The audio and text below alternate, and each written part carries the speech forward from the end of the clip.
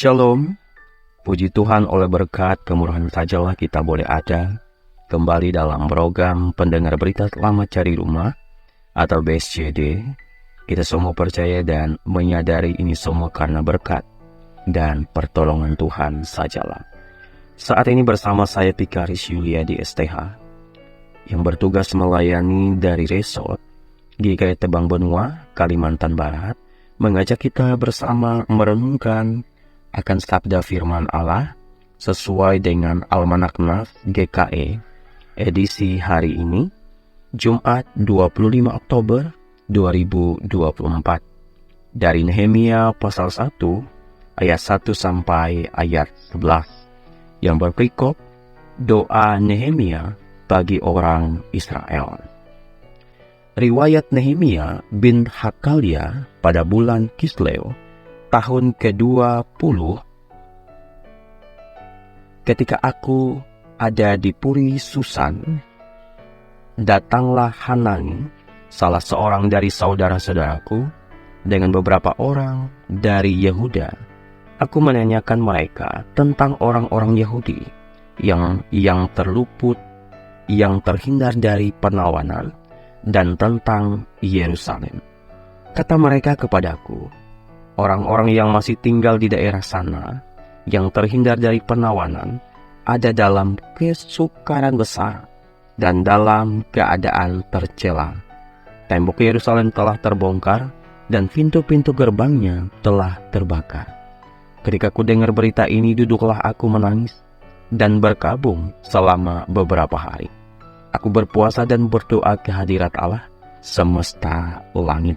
Yang berbahagia setiap kita yang membaca dan juga merenungkan firman Allah dalam setiap kehidupan kita hari lepas hari. Amin. Renungan ini saya beri tema berdoa bagi sesama. Kalau kita berdoa bersama, itulah yang namanya berdoa syafaat. Jadi berdoa syafaat adalah berdoa bersama. Berdoa bagi orang lain, bagi kepentingan orang lain, itulah yang namanya doa syafaat. Dari nas bacaan firman Tuhan ini kita belajar suatu teladan yang luar biasa yang dilakukan oleh Nehemia, bagaimana dia memiliki beban untuk berdoa bagi sesamanya, secara khusus orang-orang yang terluput dalam pembuangan, bahkan juga berdoa bagi bangsanya. Dalam ayat 4, ketika ku dengar berita ini, duduklah aku menangis dan berkabung selama beberapa hari. Aku berpuasa dan berdoa ke hadirat Allah semesta langit. Lahirlah suatu kerinduan dari Nehemia untuk berpuasa dan berdoa oleh karena dia mendengar kabar bahwa orang yang masih tinggal di daerah Yerusalem yang terhindar dari penawanan ada dalam kesukaran besar dan dalam keadaan cela. Tembok Yerusalem telah terbongkar dan pintu-pintu gerbangnya telah terbakar. Ketika dia mendengar situasi, kondisi seperti itu, kemudian ia berkabung, akhirnya berpuasa dan berdoa. Inilah suatu teladan yang diberikan oleh Nehemia bagi kita. Bagaimana berdoa bagi sesama, berdoa bagi bangsanya. Ini sangat penting untuk kita contohi, untuk kita teladani dalam hidup kita sebagai jemaat, sebagai orang percaya. Lalu pertanyaannya adalah, kenapa kita harus berdoa bagi sesama? Apa yang mendasar? Apa yang menjadi argumentasi? Kenapa kita harus berdoa bagi sesama? Ada dua hal yang penting yang saya amati dalam ayat 4. Ketika ku dengar berita ini, duduklah aku menangis dan berkabung selama beberapa hari. Aku berpuasa dan berdoa ke hadirat Allah semesta langit. Inilah suatu beban, inilah suatu wujud kepedulian dari Nehemia ketika mendengar kabar orang yang terhindar dari buangan juga ada dalam suatu kesusahan besar. Jadi inilah salah satu bentuk kepedulian Nehemia terhadap sesamanya.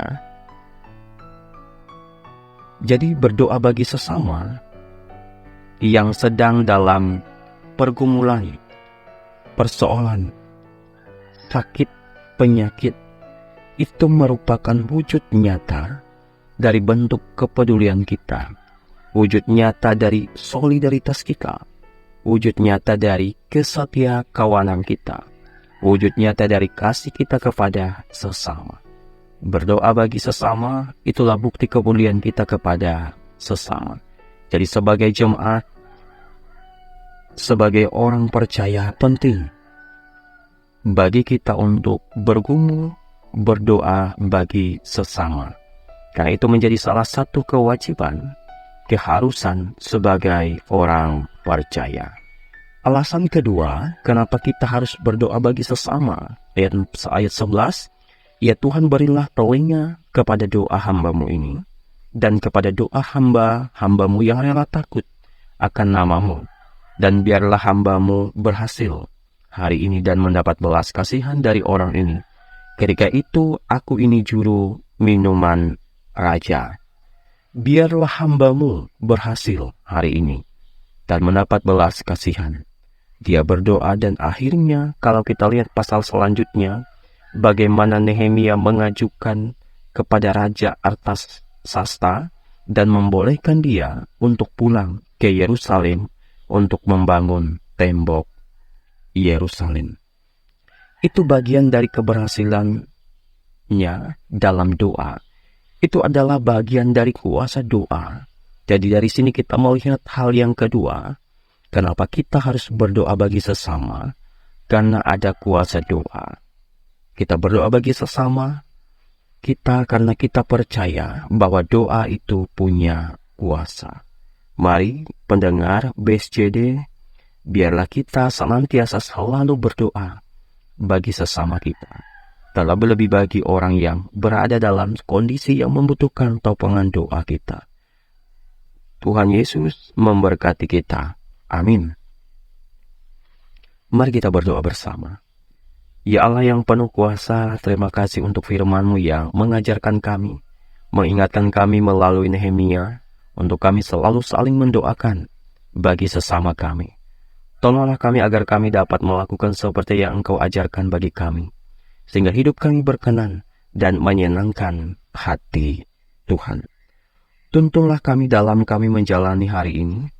Berkati kami dalam pekerjaan, usaha. Berkati kami dalam setiap aktivitas kami.